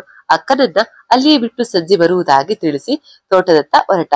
ಮನಸ್ಸು ಸಮಾಧಾನದ ಸಂತೋಷ ಅನುಭವಿಸುತ್ತಿತ್ತು. ಪೈಪಿನಿಂದ ಬರುತ್ತಿದ್ದ ನೀರಿಗೆ ತನ್ನ ಮುಖವೊಡ್ಡಿ ನಿಂತ. ತಲೆಭಾರ ಹಗುರವಾದ ಅನುಭವ. ತಂಗಾಳಿಯ ತಂಪು ದೇಹ ಮನಸ್ಸು ಎರಡನ್ನ ಆವರಿಸಿತ್ತು. ಮಂದಾರ ಮಧ್ಯಾಹ್ನದ ಹೊತ್ತು ಬಂದ ಕಾರಣ ಊಟಕ್ಕೆ ಮನೆಗೆ ಹೋಗಲು ಸಿದ್ಧಳಾದಾಗ ಸುಲೋಚನರು ಅಲ್ಲೇ ಊಟಕ್ಕೆ ಕೊಟ್ಟು ತಾವು ಜೊತೆಯಲ್ಲೇ ಊಟ ಮಾಡಿದರು. ಅಕ್ಕನನ್ನು ಕರೆಯಲು ಬಂದ ಮಹೇಶನ ಊಟವು ಮೋಹಿತನ ಮನೆಯಲ್ಲೇ ಆಯಿತು. ಮಂದಾರ ಮತ್ತೆ ಒಲಿಯಲು ತೊಡಗಿದಾಗ ಸುಲೋಚನರು ಸಾಕು, ಇವತ್ತು ಹೊರಡು, ನಾಳೆಯಿಂದ ಸಂಜೆಯವರೆಗೂ ಇರುವಿಯಂತೆ ಎಂದಾಗ ಒಪ್ಪಿ ಮಹೇಶನ ಜೊತೆ ಹೊರಟಳು. ಅಕ್ಕ ತಮ್ಮ ಓದ ದಿಕ್ಕನ್ನೇ ನೋಡುತ್ತಿದ್ದ ಮೋಹಿತನ ಅಮ್ಮ ಈ ಚಿಕ್ಕ ವಯಸ್ಸಿಗೆ ಅದೆಷ್ಟು ಜವಾಬ್ದಾರಿ ಪಡೆದ ಅಕ್ಕ ತಮ್ಮ ಇವರು ಎಂದು ಅಂದುಕೊಂಡರು. ಮನದಲ್ಲಿ ದುಗುಡ. ಮೋಹಿತನ ಮನೆ, ಅವನಮ್ಮನ ಮನಸ್ಥಿತಿ ಹೇಗೋ, ನಾ ಹೊಲಿಗೆ ಮಾಡಿದ್ದು ಸರಿ ಹೋಗದಿದ್ದಲ್ಲಿ ಎಂಬೆಲ್ಲ ಯೋಚನೆಯೊಂದಿಗೆ ಕೆಲಸದ ಮೊದಲ ದಿನವಾದ ಕಾರಣ ಮಂದಾರ ತುಸು ಸುಸ್ತಾದಂತೆ ಕಂಡಳು. ಆದರೂ ಏನೋ ಮಹತ್ವದ ಸಾಧನೆ ಮಾಡಿದಂತಹ ಅನುಭವ. ಮನ ಹಗುರಾದಂತೆ ತೋರಿತು. ಪರೀಕ್ಷೆಯಲ್ಲಿ ಯಾರ್ಕ್ ಬಂದವರು ಖುಷಿ ಪಟ್ಟಂತೆ ಒಳಗೊಳಗೆ ಸಂತೋಷ ಅನುಭವಿಸುತ್ತಿದ್ದ ಮಹೇಶ. ಇಬ್ಬರನ್ನು ಒತ್ತ ಗಾಡಿ ಎಂದಿನಂತೆ ಒಂದೇ ವೇಗದಲ್ಲಿ ಸರಿದಾರಿಯಲ್ಲಿ ಹೊರಟಿತ್ತು. ಮಂದಾರಳ ಬದುಕು ಒಂದು ಹಂತದ ಮೇಲೆ ಕಾಣುವುದರಲ್ಲಿತ್ತು. ದಿನಗಳುರುಳುತ್ತಿವೆ. ಅದಾಗ್ಲೇ ಒಂದೆರಡು ಸಂಬಂಧ ಮಹೇಶನ ಹುಡುಕಿ ಬಂದವು. ಅಕ್ಕ ಮನೆಯಲ್ಲಿರುವುದು ಒಂದು ಸಮಸ್ಯೆ ಎಂಬಂತೆ ವರ್ತಿಸಿದವರನ್ನ ಮುಲಾಜಿಲ್ಲದೆ ನಿರಾಕರಿಸಿ ಕಳುಹಿಸಿದ್ದ. ಅಪ್ಪ ಅಮ್ಮ ಅಜ್ಜಿಗೆ ಮಹೇಶನ ಈ ನಡೆ ಮನಸ್ಸಿಗೆ ತೀವ್ರ ಬೇಸರ ತರಿಸಿತ್ತು. ಇತ್ತ ಮಂದಾರ ತಮ್ಮನ ಸ್ವಭಾವದ ಅರಿವಿದ್ದ ಕಾರಣ ನನಗಾಗಿ ಒಳ್ಳೆ ಸಂಬಂಧ ಬಿಡಬೇಡ ಎಂದು ಹೇಳಲು ಧೈರ್ಯ ಬರಲಿಲ್ಲ. ಮಂದಾರ ಎಂದಿನಂತೆ ಹೊಲಿಗೆ ಕೆಲಸಕ್ಕೆ ಬರುವುದು, ಸಮಯಕ್ಕೆ ಸರಿಯಾಗಿ ಮನೆ ತಲುಪುವುದು, ಅದೇ ದಾರಿಯಲ್ಲಿ ಮಹೇಶ ಬರುವವರಿದ್ದರೆ ಅಕ್ಕನನ್ನ ಜೊತೆಗೆ ಕರೆದೊಯ್ಯುವುದು ನಡೆದಿತ್ತು. ಸುಲೋಚನರ ಮನಸ್ಸು ಮಂದಾರ ಬಟ್ಟೆ ಹೊಲಿಯುವ ರೀತಿ, ಶಿಸ್ತು, ಸರಳತೆಗೆ ಮಾರು ಹೋಗಿತ್ತು. ಈ ನಡುವೆ ಅಡುಗೆ ಕೆಲಸದಲ್ಲಿ ಸಹ ಮಂದಾರ ಸಹಾಯ ಮಾಡುತ್ತಿದ್ದಳು. ಮನೆಯಲ್ಲಿ ಒಂಟಿಯಾಗಿದ್ದ ಜೀವ ಮಂದಾರಳ ಆಗಮನದಿಂದ ಜೀವಕಳೆಯಿಂದ ತುಂಬಿತ್ತು. ತಾಯಿ ಪ್ರೀತಿ ತೋರುತ್ತಿರುವ ಸುಲೋಚನರಿಗೆ ಸಹಾಯ ಮಾಡುವುದು ಮಂದಾರಳಿಗೂ ಸಹ ಇಷ್ಟವಾಗಿತ್ತು. ಮಗ ಮೋಹಿತನಿಗೆ ಮಂದಾರ ಹೊಲಿಗೆ ಕೆಲಸಕ್ಕೆ ಬರುತ್ತಿರುವ ವಿಷಯ ತಿಳಿಸಿದ್ದರು. ಮಹೇಶ ಸಹ ಕರೆ ಮಾಡಿ ತಿಳಿಸಿದ್ದಾನೆ ಎಂಬುದು ಗೊತ್ತಾದಾಗ ಸುಲೋಚನರಿಗೆ ಮಹೇಶನ ಜವಾಬ್ದಾರಿಯುತ ಯೋಚನೆ ಇಡಿಸಿತ್ತು. ಅಕ್ಕ ತಮ್ಮ ಸುಖವಾಗಿರಲೆಂದು ಮನ ಹಾರೈಸಿತು. ಅದೊಂದು ದಿನ ಮಂದಾರ ಮನೆಗೆ ಬರುತ್ತಿರುವ ಸಮಯ ರಸ್ತೆಯ ತಿರುವಿನಲ್ಲಿ ಇತ್ತಲಿಂದ ಬರುತ್ತಿರುವ ಮಂದಾರಳಿಗೆ ಬೈಕೊಂದು ಬಂದು ಗುದ್ದು ಬಿಟ್ಟಿತು. ಮುಂದಿನ ರಭಸಕ್ಕೆ ಮಂದಾರಳ ಅರೆಗೆ ಸ್ವಲ್ಪ ಗಾಯವಾಯಿತು. ಭಯಕ್ಕೆ ಅಲ್ಲೇ ಮೂರ್ಛೆ ತಪ್ಪಿದ್ದಳು. ಊರವರ ಸಹಾಯದಿಂದ ಮನೆ ಸೇರಿದಳು. ಅಷ್ಟೇನು ಪೆಟ್ಟಾಗಿರಲಿಲ್ಲ. ಆದರೆ ಹೊಲಿಗೆಗೆ ಹೋಗಲು ಸಾಧ್ಯವಿರಲಿಲ್ಲ. ಮಹೇಶ ಸುಲೋಚನರಿಗೆ ವಿಷಯ ತಿಳಿಸಿದ. ಇನ್ನೊಂದೆರಡು ದಿನ ಅಕ್ಕ ಬರುವುದಿಲ್ಲ ಎಂದು ತಿಳಿಸಿ ತೋಟದತ್ತ ಹೊರಟ. ದಿನವೂ ಮನೆ ಮಗಳಂತೆ ನನ್ನ ಜೊತೆ ಸಂತೋಷವಾಗಿ ಮಾತನಾಡುತ್ತಾ ಚುರುಕಾಗಿ ನಾಜೂಕಾಗಿ ಕೆಲಸ ಮಾಡುತ್ತಿದ್ದ ಮಂದಾರಳ ಗೈರು ಹಾಜರಿ ಸುಲೋಚನರಿಗೆ ಬೇಸರ ತಂದಿತ್ತು. ಮಗ ವಿದ್ಯಾಭ್ಯಾಸಕ್ಕೆಂದು ದೂರ ಹೋದಾಗ ಸಹ ಒಂಟಿತನ ಕಾಡಿರಲಿಲ್ಲ. ಆದರೆ ಮಂದಾರ ಒಂದು ದಿನ ಬರೆದಿದ್ದಾಗ ಏನನ್ನು ಕಳೆದುಕೊಂಡಂತೆ ಚಡಪಡಿಸಿದ್ದರು. ಮನೆಯಲ್ಲಿ ಇರಲು ಸಾಧ್ಯವಾಗದೆ ಸುಲೋಚನ ಮಹೇಶನ ಮನೆಯತ್ತ ಹೊರಟೇ ಬಿಟ್ಟರು. ಮಗಳ ತಲೆಗೆ ತೈಲ ಹಚ್ಚುತ್ತಾ ಕುಳಿತ ಅಮ್ಮನಿಗೆ ಮಗಳ ಮುಂದಿನ ಜೀವನ ಹೀಗೆ ಇದ್ದರೆ ಹೇಗೆ, ಮಗನ ಮದುವೆ ಯಾವಾಗ ಎಂಬೆಲ್ಲ ಯೋಚನೆಯು ಮನಪಲ್ಲಟವನ್ನ ಆವರಿಸಿತ್ತು. ಕೈ ಮಾತ್ರ ಅನೆಯುತ್ತಿತ್ತೇ ಹೊರತು ಮನಸ್ಸು ಅಲ್ಲಿರಲಿಲ್ಲ. ಮಂದಾರ ಅಮ್ಮ, ಸಾಕು, ಎಷ್ಟು ಅಂತ ಚಿಂತೆ ಮಾಡ್ತೀಯ, ನಾನೇ ಮಹೇಶನನ್ನ ಮದುವೆಗೆ ಒಪ್ಪಿಸುತ್ತೇನೆ, ಚಿಂತೆ ಮಾಡಬೇಡ ಎಂದಾಗ ವಾಸ್ತವಕ್ಕೆ ಬಂದ ಅಮ್ಮನಿಗೆ ಮಗಳು ಅದೆಷ್ಟು ಬೇಗ ನನ್ನ ಅಂತರಂಗ ಅರಿತಳು. ಇವಳು ನನ್ನ ಮಗಳಲ್ಲ, ನನ್ನ ಅಮ್ಮ ಇರಬೇಕು ಎಂದು ಯೋಚಿಸುತ್ತಾ ಮಗಳಿಗೆ ಮುತ್ತು ಕೊಟ್ಟರು. ಕಣ್ಣಿಂದ ಎರಡು ಹನಿ ಜಾರಿ ಮಗಳ ಕೆನ್ನೆ ತಾಕಿತ್ತು. ಗಂಡ ಬಿಟ್ಟವಳು ಎಂಬ ಅರೆಪಟ್ಟಿಗಿಂತ ತಂದೆ ತಾಯಿಯ ಕೊರಗಿಗೆ ಕಾರಣವಾಗಿ ಬಿಟ್ಟೆನಲ್ಲ ಎಂಬುದು ಅತೀವ ದುಃಖ ಉಂಟು ಮಾಡಿತು. ಮಂದಾರಳ ಗುರಿ ಅಪ್ಪ ಅಮ್ಮನನ್ನ ಖುಷಿಯಾಗಿಡಬೇಕು. ಅದಕ್ಕಾಗಿ ಮಹೇಶನನ್ನ ಮದುವೆಗೆ ಒಪ್ಪಿಸಲೇಬೇಕು ಎಂಬ ದೃಢ ನಿರ್ಧಾರ ಮೂಡಿ ಮನಸ್ಸು ಹಗುರಾದಂತೆನಿಸಿಯೋ ಮಾತ್ರೆಗಳ ಅಮಲಿಗೂ ಹಾಗೆ ಕಣ್ಣಿಗೆ ನಿದ್ದೆ ಹತ್ತಿತ್ತು. ಮಹೇಶ ನಿಮ್ಮ ಮಾತ್ರಕ್ಕೆ ತೋಟಕ್ಕೆ ಹೋಗಿದ್ದಾನೆ ಹೊರತು ಅಲ್ಲಿ ಕೆಲಸ ಶುರು ಮಾಡಲು ಸಾಧ್ಯವಾಗಲಿಲ್ಲ. ಇಷ್ಟು ದಿನ ಅಕ್ಕ ತನ್ನನ್ನು ತಾನು ಕೆಲಸದಲ್ಲಿ ತೊಡಗಿಸಿಕೊಂಡು ನೋವೆಲ್ಲ ಮರೆತಿದ್ದಾಳು. ಆದರೆ ಇಂದು ಮನೆಯಲ್ಲಿ ಅಜ್ಜಿಯ ಕಾಟ ಬೇರೆ. ನಾನಿದ್ದರೆ ಅಜ್ಜಿ ಗೊರಗಾಟ ಕಡಿಮೆ. ಅಕ್ಕನಿಗೆ ನಿದ್ರೆ ಮಾಡಲು ಬಿಡುವರೋ ಇಲ್ಲವೋ, ನಾ ಇಲ್ಲಿದ್ದರೆ ಆಗದು ಎಂದು ಆನ್ ಮಾಡಿದ ಪಂಪ್ ಸೆಟ್ ಮಿಷನ್ ಆಫ್ ಮಾಡಿ ಬೈಕ್ ಏರಿಬಿಟ್ಟ. ಬರುವಾಗ ದಾರಿಯಲ್ಲಿ ಸುಲೋಚನರು ಸಿಕ್ಕಾಗ ತನ್ನ ಮನೆಗೆ ಹೊರಟಿದ್ದೆಂದು ಗೊತ್ತಾಗಿ ಅವರನ್ನ ಕೂರಿಸಿಕೊಂಡು ಮನೆಗೆ ಕರೆತಂದ. ಮಹೇಶನ ಜೊತೆಗೆ ಬಂದ ಹೆಂಗಸು ಯಾರು ಎಂದು ಗೊತ್ತಾಗದೆ ಅಜ್ಜಿ, ಮನೆಯಲ್ಲಿ ಇರೋರು ಜನ ಸಾಕಲ್ಗಿಲ್ವೇನೋ, ಮಹೇಶ ಮತ್ಯಾರು ಬಂದರು ಎಂದಾಗ ಮಹೇಶ ಅಜ್ಜಿಯನ್ನು ದುರುಗುಟ್ಟಿ ನೋಡುತ್ತಾ, ಅಮ್ಮ ನೀವು ಬನ್ನಿ ಒಳಗೆ, ಅಕ್ಕ ಇಲ್ಲೇ ಕೋಣೆಯಲ್ಲಿ ಇದ್ದಾಳೆ ಎಂದು ಕರೆದುಕೊಂಡು ಹೋದ. ಆಗ ತಾನೇ ನಿದ್ದೆಗೆ ಜಾರಿದ ಮಂದಾರ ಮಾಡಿದ ಮಂದಾರ ಹೂವಾಗಿದ್ದಳು. ಗಾಯ ದೊಡ್ಡದಾಗಿರಲಿಲ್ಲ, ಆದರೆ ಮನಸ್ಸು ಗಾಯವಾಗಿತ್ತು. ಬಿದ್ದ ಭಯದಿಂದ ಜೀವ ಹೆದರಿತ್ತು. ಮಾತ್ರೆಗಳ ಅಮಲಿಗೆ ನಿದ್ದೆ ತಾನಾಗಿ ಉಳಿದಿತ್ತು. ಮಂದಾರಳ ಮುಖ ಕಣ್ಣೊಡನೆ ಪ್ರೀತಿಯಲ್ಲಿ ಬಳಿ ಬಂದು ತಲೆನೆವರಿಸಿದ ಸುಲೋಚನ ಹತ್ತಿರವೇ ಕುಳಿತು ಎಚ್ಚರವಾಗುವವರೆಗೆ ಕಾದು ಕುಳಿತರು. ಮಹೇಶ, ಅಮ್ಮ ಕಷಾಯ ಮಾಡಿಕೊಡು, ಮೋಹಿತನ ಅಮ್ಮ ಮಂದಾರಳನ್ನ ನೋಡಲು ಬಂದಿದ್ದಾರೆ ಎಂದರು. ಅಮ್ಮ ಸುಲೋಚನನ್ನ ಕಂಡು ಆತ್ಮೀಯವಾಗಿ ಮಾತನಾಡಿಸಿ ಕಷಾಯ ತಂದುಕೊಟ್ಟರು. ಮೋಹಿತನ ಬಗ್ಗೆ ಕೇಳುತ್ತಾ ಹಾಗೆ ಮಾತನಾಡುತ್ತಾ ಮಹೇಶನ ಮದುವೆ ಪ್ರಸ್ತಾಪ ಸಹ ಮಾಡಿದರು. ಎಲ್ಲಾದ್ರೂ ಒಂದೊಳ್ಳೆ ಸಂಬಂಧ ಇದ್ರೆ ಹೇಳಿ, ಮಗನಿಗೀಗ 26 ವರ್ಷ, ನಮ್ ಮಂದಾರಗಿಂತ 1 ವರ್ಷ ಚಿಕ್ಕವನು ಎಂದರು. ಮಹೇಶ, ಬಂದವರ ಮುಂದೆಲ್ಲ ಮದುವೆ ಮದುವೆ ಎನ್ನುತ್ತಿರು, ಅಕ್ಕನ ಮದುವೆ ಮಾಡಿ ಏನ್ ಸುಖ ಕಂಡಿರಿ? ಇನ್ನು ನನ್ನ ಮದುವೆ ಸುಖ ನೋಡೋ ಭಾಗ್ಯ ಬಾಕಿ ಇದೆ. ಅವರು ಬಂದದ್ದು ಅಕ್ಕನ ಆರೋಗ್ಯ ವಿಚಾರಿಸಲು, ನನ್ನ ಮದುವೆ ಮಾಡಿಸಲು ಅಲ್ಲ ಎಂದು ಕೋಪ ಮಾಡಿಕೊಂಡ. ಮರಿಮಗನ ಗೊರಗಾಟ ಕೇಳಿ ಅಜ್ಜಿ ಒಳಗೆ ಬಂದವರು, ಮದುವೆ ಮಾಡಿ ಕೊಟ್ ಮಗಳು ಸಂಸಾರ ಮಾಡಿಲ್ಲ, ಬುದ್ಧಿ ಹೇಳಿ ಕಲಿಸೋದು ಬಿಟ್ಟು ಸಂಬಂಧ ಕಟ್ಕೊಂಡ್ ಬಂದ ಪುಣ್ಯಾತ್ಮ ಇವನು, ಇವನಿಗೆಲ್ಲ ಎಲ್ಲಿ ಅರ್ಥ ಆಗತ್ತೆ ನಮ್ಮ ಸಂಕಟ ಅಂತ ಆಡಿದ್ದೇ ರಾಗ ಆಡಿ ಹೋದರು. ಸುಲೋಚನರಿಗೆ ಯಾಕಾದರೂ ಬಂದೆನು ಅಂತ ಒಮ್ಮೆ ಅನಿಸಿದ್ದು ಸುಳ್ಳಲ್ಲ. ಆದರೆ ಮಂದಾರಳನ್ನ ಮಾತನಾಡಿಸದೆ ಹೋಗಬಾರದೆಂದು ಸುಮ್ಮನೆ ಕುಳಿತರು. ಇಷ್ಟು ಚಿಕ್ಕ ವಯಸ್ಸಿನಲ್ಲಿ ಗಂಡನ ತೊರೆದು ತವರಿನಲ್ಲಿ ಉಳಿಯಬೇಕಾದ ಮಂದಾರ ಈ ಮನೆಯಲ್ಲಿ ದಿನವೂ ಈ ಅಜ್ಜಿಯ ಮಾತು ಕೇಳಬೇಕಾದ ಸ್ಥಿತಿ ನೆನೆದು ಕನಿಕರವಾಯಿತು.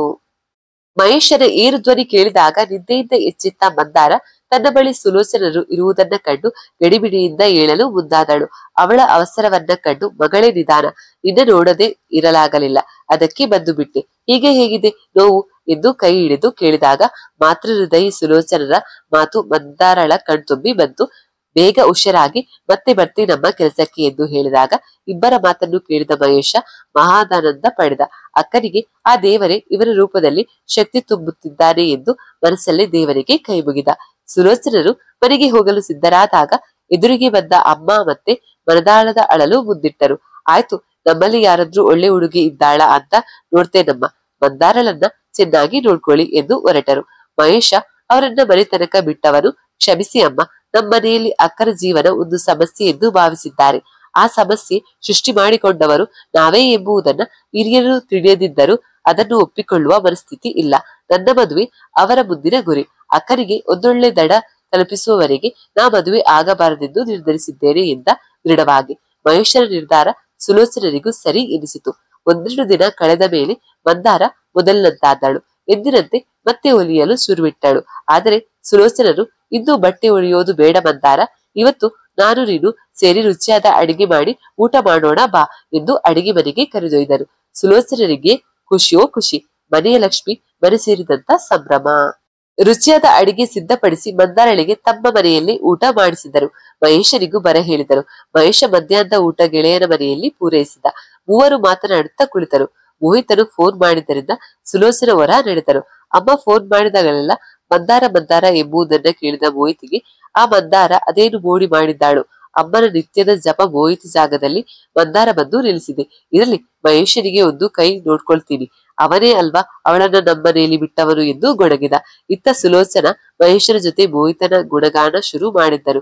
ಈಗ ಬರೀ ಓದು ಅಂತ ಓದೋದ್ರಲ್ಲೇ ತಲ್ಲಿನ ಆಗಿದ್ದಾನೆ. ಅನಾರೋಗ್ಯದ ಕಾರಣ 3ನೇ ತರಗತಿಯಲ್ಲಿ ಮತ್ತೆ ಉಳಿಯುವಂತಗಿದ್ದಕ್ಕಿಂತ ನಿನ್ನಂತ ಒಳ್ಳೆಯ ಗೆಳೆಯ ಸಿಕ್ಕಿದ ಎಂದು ಹೇಳುತ್ತಾ ಮಹೇಶನನ್ನ ಹೊಗಳುತ್ತಿದ್ದರು.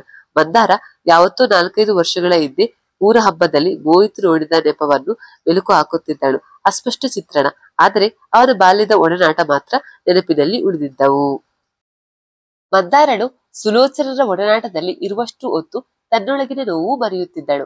ಅಮ್ಮನಿಗೂ ಮಿಗಿಲಾದ ಪ್ರೀತಿ ಕಾಳಜಿ ತೋರುವ ಮಮತಾಮಯಿ ಸುಲೋಚನರನ್ನ ಕಂಡಾಗ ಅವರ ಬಳಿ ಅಕ್ಕ ಕ್ಷೇಮವಾಗಿದ್ದಾಳೆಂದು ಅನಿಸಿ ಮಹೇಶ ಅಕ್ಕನ ಖುಷಿಯಲ್ಲಿ ತನ್ನ ಸಂತೋಷ ಕಾಣುತ್ತಿದ್ದ. ಮನೆಯಲ್ಲಿ ಮಾತ್ರ ಮಂದಾರಳಿಗೆ ಎಲ್ಲ ಮರೆತು ಬದುಕು ನಡೆಸಲು ಸಾಧ್ಯವಿರಲಿಲ್ಲ. ಅಪ್ಪ ಅಮ್ಮ ಅಜ್ಜಿ ಎಲ್ಲರಿಗೂ ಹೇಳಬೇಕೆಂದರೂ ಹೇಳಿಕೊಳ್ಳಲಾಗದ ಸಂಕಟ. ಅಕ್ಕಪಕ್ಕದ ಮನೆಯವರ ಚುಚ್ಚು ಮಾತು, ಮಾತಿಗೆ ಮಾತು ಕೊಟ್ಟರೆ ಜಗಳ, ಮರ್ಯಾದೆಯಿಂದ ಬದುಕುತ್ತಿದ್ದರೂ ಸುಮ್ಮನಿರಲಾರದ ಜನ. ಇಂತಹ ಸೂಕ್ಷ್ಮಗಳು ಮಹೇಶನವರೆಗೂ ತಲುಪಿರಲಿಲ್ಲ. ಆದರೆ ಮಂದಾರ ಎಷ್ಟಿದ್ದರೂ ಹೆಣ್ಣು, ಅದು ಸಮಾಜದ ದೃಷ್ಟಿಯಲ್ಲಿ ಗಂಡು ಬಿಟ್ಟವಳು. ಯಾರ ಜೊತೆ ಮಾತನಾಡಿದರೂ ತಪ್ಪು, ಮಾತನಾಡದಿದ್ದರೂ ತಪ್ಪು. ಜನರಿಚ್ಛೆಯಂತೆ ಬದುಕಬೇಕೆಂದರೆ ಸಾಧ್ಯವೇನು? ತನ್ನೊಳಗಿನ ಪ್ರಶ್ನೆಗಳಿಗೆ ಉತ್ತರವಿಲ್ಲ ಎಂಬುದು ಮಂದಾರಳಿಗೂ ಗೊತ್ತು. ಮಹೇಶನ ಬಳಿ ಇವೆಲ್ಲವನ್ನ ಮಾತನಾಡಿದರೆ ಮನೆ ಮನಸ್ಸು ಎಲ್ಲಾ ಹಾಳು. ನೆರೆಹೊರೆಯವರಲ್ಲಿ ಜಗಳ ನಡೆದಿತು ಎಂದರಿತು ಮಹೇಶನಿಗೂ ನೋವಾಗಬಾರದೆಂದು ಏನನ್ನೂ ಹೇಳದೆ ಮನದಲ್ಲೇ ನೋವುಣ್ಣುತ್ತಿದ್ದಳು. ಮತ್ತೆ ಎಂದಿನಂತೆ ತನ್ನ ಹೊಲಿಗೆ ಕೆಲಸದಲ್ಲಿ ಮಗ್ನನಾಗುತ್ತಿದ್ದಳು. ಸುಲೋಚನನ ಜೊತೆ ಸಲಹೆ ಪಡೆಯುತ್ತಾ ಕೆಲಸದ ಒತ್ತಡವೇ ಇರದಂತೆ ಅಚ್ಚುಕಟ್ಟಾಗಿ ಹೊಲಿಯುವುದನ್ನ ರೂಢಿ ಮಾಡಿಕೊಂಡಿದ್ದಳು. ಮಧ್ಯಾಹ್ನ ತೋಟದಿಂದ ಮನೆಗೆ ಬಂದಾಗ ಮಹೇಶ ಮನೆಯೊಳಗೆ ನೆಂಟರು ಬಂದಿರುವ ಸೂಚನೆ ಸಿಕ್ಕಿತು. ಜೋರಾದ ಮಾತುಕತೆ ನಡೆಯುತ್ತಿತ್ತು. ನಿಧಾನಕ್ಕೆ ಒಳಬಂದ ರಾಮಣ್ಣ ಕೈಯಲ್ಲೊಂದಷ್ಟು ಹುಡುಗಿಯರ ಫೋಟೋ ಹಿಡಿದುಕೊಂಡು ಕೂತಿದ್ದ. ಮಹೇಶನ ಕಂಡಿದ್ದೆ. ಬಾ ಮಹೇಶ, ನಿನಗೆ ಕಾಯ್ತಿದ್ದೆ, ಅಪ್ಪ ಬರಲು ಹೇಳಿದ್ದರು ಎಂದು ಪೀಠಿಗೆ ಹಾಕಿದ್ದ. ಕಂಡವರ ಮುಂದೆಲ್ಲ ರಗಳೆ ತೆಗೆತಿದ್ದ ಅಮ್ಮನ ಮುಖ ಕಂಡಾಗ ದಯನೀಯ ಅನಿಸಿತ್ತು. ಬೇಸರ ಮಾಡುವುದು ಸರಿಯಲ್ಲವೆನಿಸಿ ರಾಮಣ್ಣನ ಪಕ್ಕ ಕುಳಿತ. ಹೇಳಿ ರಾಮಣ್ಣ, ನಮ್ಮನೆಗೆ ನನಗೆ ಸರಿ ಹೋಗುವ ಸಂಬಂಧ ಇದೆಯಾ ಎಂದಾಗ ಅಪ್ಪ ಅಮ್ಮನ ಮುಖ ಅರಳಿತ್ತು. ಅಂತೂ ಮಗ ಹೆಣ್ಣು ನೋಡಲು ತಯಾರಾದ ಎಂದು ರಾಮಣ್ಣ ತೋರಿಸಿದ ಹುಡುಗಿಯರ ಪೈಕಿ ಒಬ್ಬಳ ಫೋಟೋ ಇಷ್ಟಪಟ್ಟ ಮಹೇಶ, ನಾಳೆಯೇ ನಾವು ಬರುತ್ತೇವೆಂದು ತಿಳಿಸಿ ಎಂದು ಬಿಟ್ಟ. ಮಂದಾರ ಸಂಜೆ ಮನೆಗೆ ಬಂದಾಗ ಅಮ್ಮ ಖುಷಿಯಿಂದ ಇರುವುದನ್ನ ಗಮನಿಸಿ ಕಾರಣ ಕೇಳಬೇಕೆನ್ನುವಷ್ಟರಲ್ಲಿ ಅಜ್ಜಿ ಕವಳದ ಬಾಯಿ ಮೆಲ್ಲುತ್ತಾ, ಅಂತೂ ನಿನ್ನ ತಮ್ಮ ಮದುವೆಗೆ ಒಪ್ಪಿದ ನೋಡು, ಈಗ ಒಳ್ಳೆ ಬುದ್ಧಿ ಬಂತು ಅವನಿಗೆ ಎಂದಾಗ ಮನೆಯ ಸಂತೋಷಕ್ಕೆ ಕಾರಣ ತಿಳಿಯಿತು. ಆದರೆ ಮಹೇಶ ಎಲ್ಲಿದ್ದಾನೆ, ಅವನ ಮನಸ್ಸು ಏನಿದೆ ಎಂದು ಯೋಚಿಸುತ್ತಾ ಮಹಡಿ ಏರಿದಳು. ಕೋರಿಯಲ್ಲಿ ತನ್ನ ಮಂಚದ ಮೇಲೆ ಸೂರು ನೋಡುತ್ತಾ ಕುಳಿತ ತಮ್ಮನ ಕಂಡು ಹತ್ತಿರ ಬಂದು ಮಹೇಶ ಎಂದಾಗ ಅಕ್ಕ ಏನಾಯ್ತೆ ಎಂದ ಗಡಿಬಿಡಿಸಿ.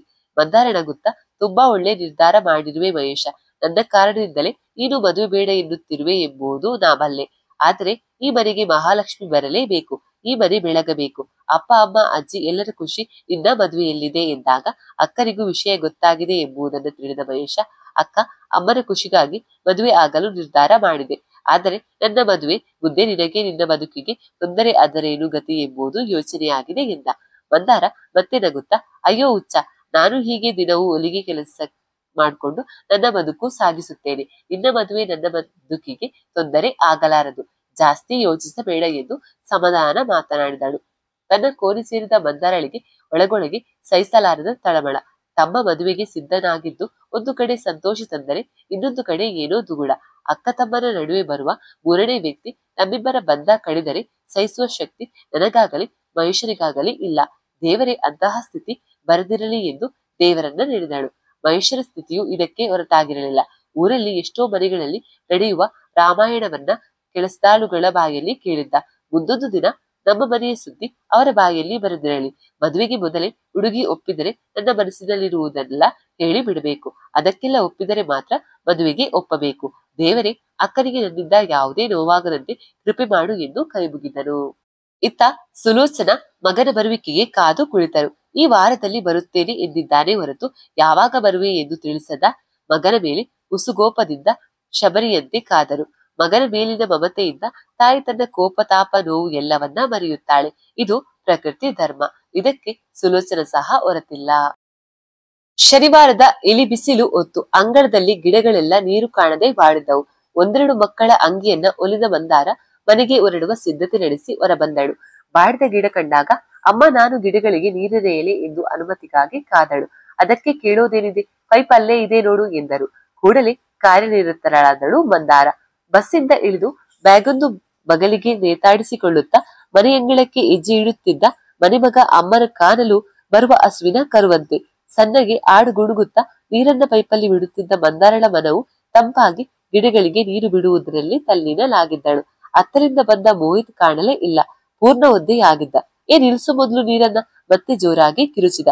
ವಾಸ್ತವಕ್ಕೆ ಮರಳಿದ ಮಂದಾರ ಬಂದಿದ್ಯಾರು ಎಂಬುದು ತಿಳಿಯದೆ ಕಂಗಾಲಾದಳು. ಅಮ್ಮ ಎಂದು ಓಡಿ ಬಂದು ಸುಲೋಚನನ ಹಿಂದೆ ನಿಂತಳು. ಮಗನ ಕೂಗಿಗೆ ಹೊರಬಂದ ಅಮ್ಮ ಮೋಹಿತ್ನ ನೋಡಿ ಜೋರಾಗಿ ನಗಲಾರಂಭಿಸಿದರು. ಮೈಯೆಲ್ಲ ಒದ್ದೆಯಾಗಿ ನಡುಗುತ್ತಿದ್ದ ಮೋಹಿತ್ ತನ್ಗೆ ಅಮ್ಮನ ನಗು ಇನ್ನಷ್ಟು ಕೋಪ ತರಿಸಿತು. ಮಂದಾರ ಇವಳೇನ, ನೋಡು ನಿನ್ನ ಮಂದಾರ ಏನ್ ಮಾಡಿದ್ದಾಳೆ ಅಂತ, ಬರ್ತಾ ಇರು, ನಾನು ಅದು ನಿನ್ನ ಮಗ ಅವಳ ಕಣ್ಣಿಗೆ ಕಾಣಿಸಿಲ್ಲ ಅಂದ್ರೆ ಏನ್ ಕತೆ ಅಂತ ಬೈಯುತ್ತಾ ಬಚ್ಚಲ ಮನೆ ಕಡೆ ಹೊರಟ. ಅಣ್ಣೆಯಲ್ಲಿ ಸದಾ ಬಿಸಿ ನೀರೇ ಇರುತ್ತಿದ್ದ ಕಾರಣ ಸ್ನಾನ ಮುಗಿಸಿ ಹೊರಬಂದ. ಮೋಹಿತನ ಮುಖ ಪರಿಚಯ ಅಷ್ಟಾಗಿರಲಿಲ್ಲ. ಆದರೂ ಗಿಡಗಳಿಗೆ ನೀರೆಯುವುದರಲ್ಲಿ ಮುಳುಗಿದ್ದ ಮಂದಾರಳಿಂದ ಅಚಾತುರ್ಯ ನಡೆದಿತ್ತು. ಜೊತೆಗೆ ಮನೆ ಮಗ ಮನೆಗೆ ಬರುವ ಸೂಚನೆಯೂ ಇಲ್ಲದ ಕಾರಣ ತಪ್ಪು ಮಂದಾರದಲ್ಲ ಎಂಬುದು ಸುಲೋಚನರ ವಾದ.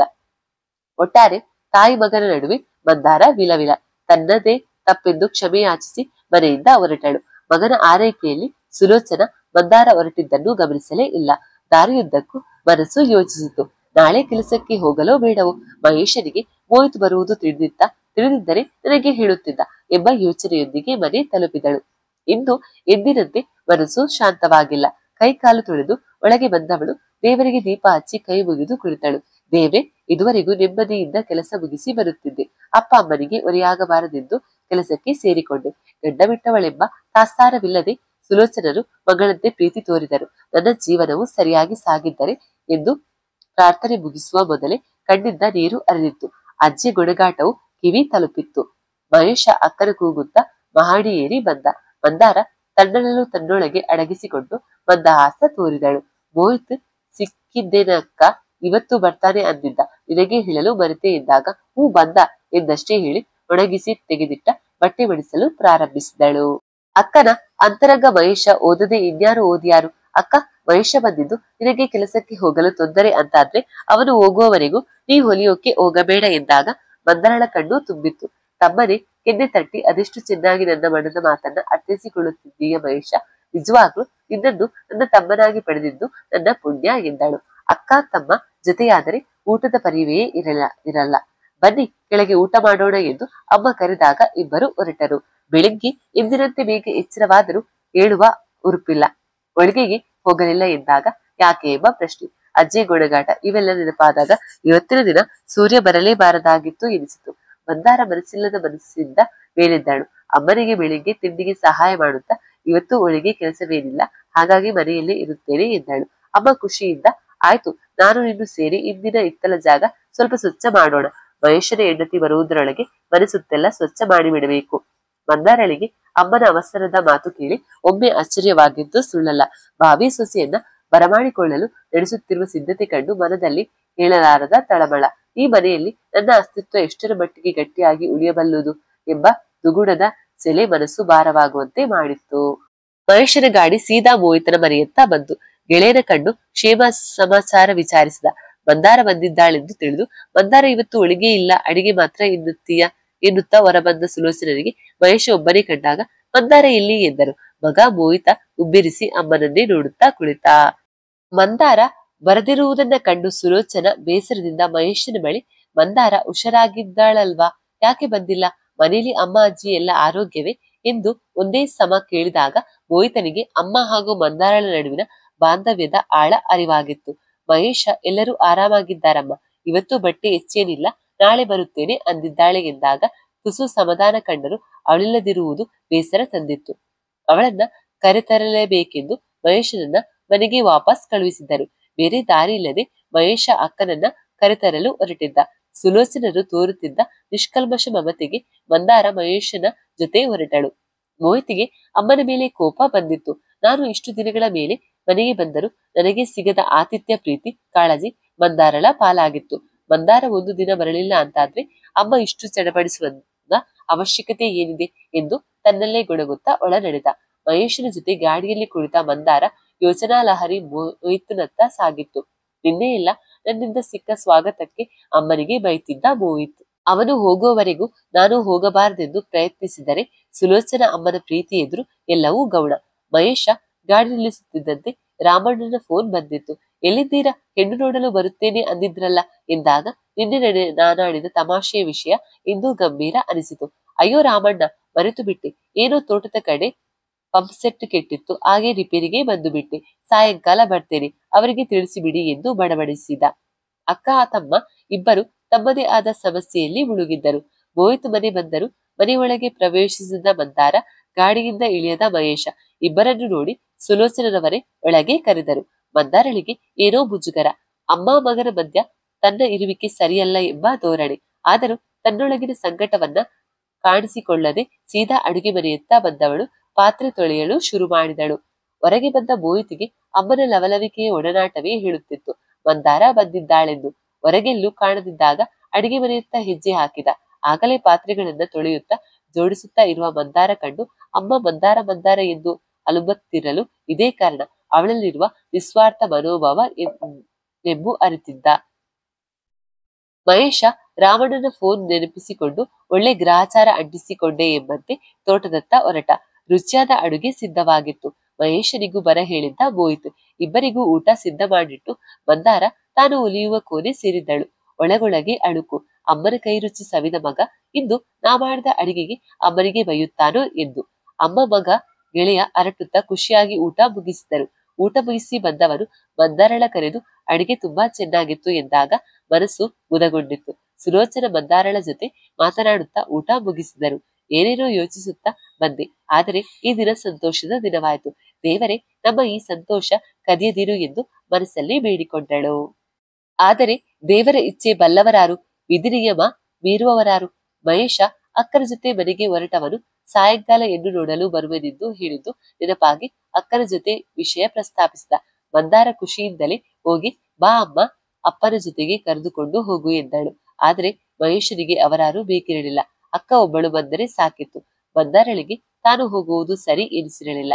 ಹೆಣ್ಣಿನ ಮನೆಯವರು ನನ್ನ ಬಗ್ಗೆ ಏನಾದ್ರೂ ಹೇಳಬಹುದೆಂಬ ಅಳುಕು ಕಾಡುತ್ತಿತ್ತು. ಆದರೆ ತಮ್ಮ ಬಿಡುತ್ತಿರಲಿಲ್ಲ. ಧರ್ಮ ಸಂಕಟ ಅಂದ್ರೆ ಇದೇನಾ ಅಂದುಕೊಳ್ಳುತ್ತಾ ಸರಿ ಬರ್ತೇನೆ ಎಂದಾಗ ಮಹೇಶನ ಮುಖ ಅರಳಿತು. ಮನೆಗೆ ಬಂದ ಮಹೇಶ ಅಮ್ಮನಿಗೆ ವಿಷಯ ತಿಳಿಸಿದ. ಅಕ್ಕನ ಜೊತೆ ಹೋಗುತ್ತೇನೆ ಎಂದಾಗ ಅಮ್ಮನಿಗೆ ಖುಷಿಯಾಯಿತು. ಹೋಗಿ ಬನ್ನಿ ಇಬ್ರು ಎಂದು ಪಟ್ ಅಂತ ಹೇಳಿಬಿಟ್ರು. ಆದ್ರೆ ತುಸು ಯೋಚಿಸಿದಾಗ ಮಂದಾರ ಹೋಗುವುದು ಅಸಮಾಧಾನ ತಂದಿತು.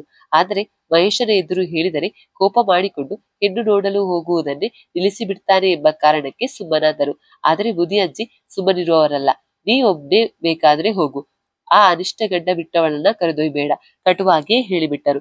ಮಾತು ಕಿವಿ ತಲುಪುವ ಮುನ್ನವೇ ಮಹೇಶ, ಅಜ್ಜಿ ಬಾಯಿ ಮುಚ್ಚು, ಗಂಡ ಕಳ್ಕೊಂಡು ಈ ಮನೆಯಲ್ಲಿ ನೀ ಇದ್ದು ಎಷ್ಟು ವರ್ಷ ಆಯ್ತು ಹೇಳಿ. ನಾವು ಯಾವತ್ತಾದ್ರೂ ನಿಮ್ಮ ವೇದವ್ಯದ ಬಗ್ಗೆ ಮಾತನಾಡಿದ್ದೇವಾ? ಯಾಕಿಂತ ಮಾತಾಡಿ ಇರಿತನಕ್ಕೆ ಅವಮಾನ ಮಾಡ್ತೀರಾ ಎಂದು ಗುಡುಗುಟ್ಟಿದ. ಮಂದರಳ ಕಣ್ಣು ತೇವವಾಗಿತ್ತು. ಮಹೇಶನ ಹಠದ ಮುಂದೆ ಸುಮ್ಮನಿರಬೇಕಾಯಿತು. ಅಕ್ಕ ತಮ್ಮ ಇಬ್ರು ಹೆಣ್ಣಿನ ಮನೆ ಕಡೆ ಹೊರಟರು. ಮನಸ್ಸಿಲ್ಲದ ಮನಸ್ಸಿನಿಂದ ಗಾಡಿ ಹೊರಟಿತ್ತು. ರಸ್ತೆ ನೇರವಾಗಿ ಇದ್ದಿತ್ತಾದರೂ ಮಂದಾರಳ ಬದುಕು ತಿರುವು ಪಡೆಯುವುದರಲ್ಲಿತ್ತು. ಹೆಣ್ಣಿನ ಮನೆಯವರು ಮಧ್ಯಾಹ್ನವೇ ಹುಡುಗನ ಮನೆ ಕಡೆಯವರ ನಿರೀಕ್ಷೆಯಲ್ಲಿದ್ದರು. ಮಹೇಶನ ಸಂಜೆಯ ಭೇಟಿ ಅಸಮಾಧಾನ ತಂದಿತ್ತು. ಮನೆ ಮುಂದೆ ಗಾಡಿ ನಿಂತಾಗ ಅಕ್ಕನ ಜೊತೆ ತಮ್ಮನ ಕಂಡು ಮೊದಲೇ ಉರಿಯುತ್ತಿದ್ದ ಗಾಯಕ್ಕೆ ಉಪ್ಪು ಸವರಿದಂತಾಯಿತು. ಹೇಗೋ ಹುಡುಗ ಅಪ್ಪಟ ಬಂಗಾರ ಎಂಬುದೊಂದು ಉರಿಯುತ್ತಿದ್ದ ಗಾಯಕ್ಕೆ ತಂಪೆರೆದಿತ್ತು. ಒಳ ಬರಮಾಡಿಕೊಂಡವರು ಚೆನ್ನಾಗಿ ಆದರತಿಥ್ಯ ಮಾಡಿದರು. ಮುಖದಲ್ಲಿ ಅಂತಹ ಉತ್ಸಾಹ ಕಾಣಲಿಲ್ಲ. ಕಾಟಾಚಾರಕ್ಕೆ ಬಂದ ಮಹೇಶನಿಗೆ ಮೊದಲೇ ಉತ್ಸಾಹವಿರಲಿಲ್ಲ. ಅಂತೂ ಹೆಣ್ಣು ನೋಡುವ ಶಾಸ್ತ್ರ ಮುಗಿಯಿತು. ಹೆಣ್ಣು ಮಹೇಶನಿಗೆ ಒಪ್ಪುವಂತೆ ಇದ್ದಳು. ಮಂದಾರಳ ಮನಸ್ಸಿಗೆ ಇಡಿಸಿದ್ದಳು. ಆದರೆ ಮಹೇಶ ಯಾಕೋ ಕಸಿವಿಸಿಯಲ್ಲಿದ್ದ. ಇಬ್ಬರನ್ನೇ ಮಾತಾಡಲು ಕಳುಹಿಸಿದರು. ಮಹೇಶ ಅಂಥದ್ದೇನಿಲ್ಲ, ಮಾತನಾಡುವುದೇನಿದ್ದರೂ ಎಲ್ಲರ ಎದುರೇ ಮಾತನಾಡಬೇಕು, ಬನ್ನಿ ಹೋಗೋಣ ಎಂದು ವಾಪಸ್ ಕರೆತಂದಿದ್ದ. ಹುಡುಗಿ ಹೆಸರು ಸಹ ಕೇಳಲಿಲ್ಲ ಆಸಾಮಿ. ಹೀಗೆ ಹೋದ ಜೋಡಿ ಹಾಗೆ ಬಂದಿದ್ದು ಮನೆಯವರೆಲ್ಲ ಮುಖ ನೋಡಿಕೊಂಡರು. ನೇರ ನಡೆ ನುಡಿಯ ಮಹೇಶ, ನನಗೆ ಒಪ್ಪಿಗೆ ಇದೆ, ಆದ್ರೆ ನನ್ನ ಅಕ್ಕ ನಮ್ಮ ಜೊತೆಯಲ್ಲೇ ಇರುತ್ತಾಳೆ ಸಹ. ಅವಳ ಮನಸ್ಸಿಗೆ ಕಿಂಚಿತ್ ನೋವಾದರೂ ನಾನು ಸಹಿಸಲಾರೆ. ನಮ್ಮ ಮನೆಯ ಪರಿಸ್ಥಿತಿಗೆ ಹೊಂದಿಕೊಂಡು ಹೋಗಲು ಸಹಮತವಿದ್ದರೆ ಮುಂದಿನ ಮಾತು ಎಂದ. ಒಳಗೊಳಗೆ ಹೆಣ್ಣಿನ ಮನೆಯವರಿಗೆ ಖುಷಿಯಾದರೂ ಮನದ ಮೂಲೆಯಲ್ಲಿ ಅಕ್ಕ ಮಂದಾರಳೆ ಸಹಜ ಕಳವಳಕ್ಕೆ ಕಾರಣವಾಗಿತ್ತು. ನಾವು ನಾಳೆ ನಮ್ಮ ಅಭಿಪ್ರಾಯ ರಾಮಣ್ಣನ ಬಳಿ ತಿಳಿಸುತ್ತೇವೆ ಎಂದಾಗ ಮಂದಾರ, ನಾನು ಒಬ್ಬಳು ಹೆಣ್ಣು, ಇನ್ನೊಬ್ಬ ಹೆಣ್ಣಿನ ಮನವನ್ನ ಅರಿಯಬಲ್ಲೆ. ನನ್ನಿಂದ ನಿಮ್ಮ ಮನೆಯ ಮಗಳಿಗೆ ಏನೂ ತೊಂದರೆಯಾಗಲ್ಲ. ಮಹೇಶ ಒಪ್ಪಿಗೆ ಅನಿಸಿದರೆ ನಿಮ್ಮ ಮಗಳು ನಮ್ಮ ಮನೆ ತುಂಬಳಿ ಎಂಬ ಸಂತೋಷವಾಗಿ ತಿಳಿಸಿ ಹೊರಡಲಾಡುವಾದಳು. ಇಬ್ಬರ ಪಯಣ ಮನೆಯತ್ತ, ಮನಸ್ಸು ಹೆಣ್ಣಿನ ಮನೆಯ ಸುತ್ತ. ಸುಲೋಚನರಿಗೆ ಮಗ ಅಡಿಗೆ ರುಚಿಯಾಗಿತ್ತೆಂದು ಬಾಯಿ ಚಪ್ಪರಿಸಿ ಉಂಡ ದೃಶ್ಯವೇ ಕಣ್ಮುಂದೆ ಬರುತ್ತಿತ್ತು. ಎಂದು ಇದುವರೆಗೆ ಬಾರದ ಯೋಚನೆ ಇವತ್ತು ದುತ್ತೆಂದು ಎದುರು ಬಂದಿತ್ತು. ಆಹಾ, ಎಂತ ಒಳ್ಳೆಯ ಜೋಡಿ, ಹೇಳಿ ಮಾಡಿಸಿದಂತಿದ್ದಾಳೆ. ರೂಪಗುಣ ನಡತೆ ಎಲ್ಲವೂ. ಮಂದಾರ ರೂಪವತಿಯೇ, ಗುಣವು ಮೆಚ್ಚುವಂತದ್ದೇ. ಮಗನ ವಯಸ್ಸಿಗೂ ಸರಿ ಹೊಂದುತ್ತಾಳೆ. ಆದರೆ ಮರೆತು ಬಿಟ್ಟಿದ್ದೆ. ಅಯ್ಯೋ, ಯಾವ ಬಾಯಲ್ಲಿ ಮಗನಿಗೆ ಮದುವೆಯಾಗೆಂದು ಹೇಳಲಿ? ಮನದೊಳಗಿನ ಸ್ವಾಗತಕ್ಕೆ ತಡೆಯಾಗಿತ್ತು ಮಂದಾರ ಗಂಡ ಬಿಟ್ಟವಳೆಂದು. ಯೋಚನೆಗೆ ಕಡಿವಾಣ ಹಾಕಿದರು. ಮನೆ ಕೆಲಸಕ್ಕೆ ತೊಡಗಿದರು. ಯೋಚನೆ ಹಿತವಾಗಿತ್ತು, ಆದರೆ ಸ್ವೀಕರಿಸುವ ಮನಸ್ಸು ಗೊಂದಲವಾಗಿತ್ತು. ಕೈಕಾಲು ತೊಳೆದು ದೇವರಿಗೆ ದೀಪ ಬೆಳಗಲು ಅನುವಾದರು. ದೇವಿಚ್ಛೆ ಏನಿದೆಯೋ ಬಲ್ಲವರಾರು ಎಂದು ತನ್ನ ಅಹವಾಲವನ್ನ ದೇವರ ಮುಂದಿಟ್ಟರು. ಇತ್ತ ಮಹೇಶ ಮಂದಾರ ಒಳಗೆ ಬರುತ್ತಿರುವಂತೆ ಅಮ್ಮನ ನಗುಮೊಗದ ಸ್ವಾಗತ ಸಿಕ್ಕಿತು. ಮಗನ ಮುಖದ ಭಾವವನ್ನ ಅಳೆಯಲು ಅಮ್ಮನ ಮನ ಕಾತರಿಸುತ್ತಿತ್ತು. ಅಮ್ಮನ ಅವಸರವ ಅರಿತ ಮಂದಾರ, ಅಮ್ಮ, ನಿನ್ನ ಸೊಸೆ ಸುಂದರವಾಗಿದ್ದಾಳಮ್ಮ. ಮಹೇಶ ಒಪ್ಪಿದ್ದಾನೆ, ಮದುವೆ ಮಾಡಲು ಸಿದ್ಧಳಾಗು ಎಂದಾಗ ಎಲೆ ಅಡಿಕೆ ಅಗಿಯುತ್ತಿದ್ದ ಅಪ್ಪ, ಕೂಸೆ, ಹುಡುಗಿ ಮನೆಯವರು ಒಪ್ಪಿದ್ರ ಎಂದು ಹೊರ ಜಗುಲಿಯಿಂದಲೇ ಕೇಳಿದಾಗ ಅಜ್ಜಿಯ ಬಾಯಿ ಮಾತನಾಡಲು ಅಭಿಯಪಿಸುತ್ತಿತ್ತು. ಒಪ್ಪಿದಂಗೆ ಬಿಡು, ನಿನ್ನ ಮಗಳು ಇಲ್ಲಿ ಇರೋ ತನಕ ನಿನ್ನ ಮಗ ಮದುವೆ ಆದಂಗೆ ಎಂದಿದ್ದು ಮಹೇಶನ ಕೋಪ ನೆತ್ತಿಗೇರಿಸಿತು. ಬೇಡ ಬಿಡಜ್ಜಿ, ನಾ ಸನ್ಯಾಸಿ ಆಗ್ತೇನೆ, ನಿಂಗ್ಯಾಕೆ ಚಿಂತೆ? ಊಟ ಒಪ್ಪೊತ್ತಿಗೇನು ಕೊರತೆ ಮಾಡಲ್ಲ ನಿನ್ಗೆ. ಸುಮ್ಮನಿದ್ರೆ ಸರಿ, ಇಲ್ಲ ಅಂದ್ರೆ ಅವತ್ತೇ ಹೇಳಿದ ಅಕ್ಕನಿಗೆ ಸ್ನಾನ ಇಲ್ಲ ಅಂದ್ರೆ ನಂಗೂ ಈ ಮನೆ ಬೇಡ ಅಂತ ಮತ್ತೊಮ್ಮೆ ಆವೇಶದಿಂದ ಗದರಿದ. ಮನೆ ಶಾಂತವಾಯಿತು, ಮನಸ್ಸು ನೊಂದಿತ್ತು. ಮಂದಾರಳ ಮೂಕ ವೇದನೆಯನ್ನ ದೇವರು ಮಾತ್ರವೇ ಅರಿಯಬಲ್ಲ. ದೀಪ ಹಚ್ಚಿ ಕ್ಷಣಕಾಲ ಕೈ ಮುಗಿದು ಕುಳಿತ ಮಂದಾರಳ ಕಣ್ಣಿಂದ ಅನಿಯನಿಯಾಗಿ ನೀರಿನ ಹೊರತೆ ಬಲವನ್ನ ಹೆಚ್ಚಿಸಿತ್ತು. ನನ್ನ ತಪ್ಪಾದರೂ ಏನು ದೇವ, ಮನೆಗೆ ಹೊರೆಯಾಗಬಾರದೆಂದು ಹೊರಗೆ ಹೋಗಿ ಹೊಲಿಗೆ ಕೆಲಸಕ್ಕೆ ಶುರುವಿಟ್ಟೆ. ಮಹೇಶನ ಮನಸ್ಸು ಅರಿತು ಅವನಿಂದ ಅಪ್ಪ ಅಮ್ಮ ನೋವುಣ್ಣಬಾರದೆಂದು ಮದುವೆಯಾಗಲು ಒಪ್ಪಿಸಿದ್ದೇನೆ. ಇಷ್ಟಾದರೂ ಅಜ್ಜಿಗೆ ನನ್ನ ಮೇಲೇಕೆ ಕೋಪ? ಆ ಪಾಪಿಯ ಜೊತೆ ಕಷ್ಟದಲ್ಲಿ ಕಣ್ಣೀರು ಹಾಕುತ್ತಾ ಹಿಂಸೆ ಪಡುವುದಕ್ಕಿಂತ ಅಜ್ಜಿಯೇ ಎಷ್ಟೋ ಮೇಲು. ನನ್ನ ಬದುಕು ಮಹೇಶನ ಮದುವೆಗೆ ಕುತ್ತಾಗದಿರಲಿ ಭಗವಂತ ಎಂದು ತನಗೆ ತಾನೇ ಸಮಾಧಾನ ಪಡುತ್ತಾ ಮೇಲಿದ್ದಳು. ಕತ್ತಲೆಯ ಕೋಣೆಯಲ್ಲಿ ನಂದಾದೀಪ ಸಮನಾದ ಬೆಳಕ ನೀಡುತ್ತಿತ್ತು. ದೇವರು ನಿತ್ಯ ಮೊರೆಯನ್ನ ಆಲಿಸುವಂತೆ ಇಂದು ಸಹ ಆಲಿಸುತ್ತಿರುವಂತೆ ಕಂಡು ಮಂದಾರ, ನಿನ್ನಿಚ್ಛೆ, ನೀನಿಟ್ಟ ಬದುಕು ಎಂದು ಮತ್ತೆ ಕೈ ಮುಗಿದಳು. ಕತೆ ಮುಂದುವರಿಯುವುದು.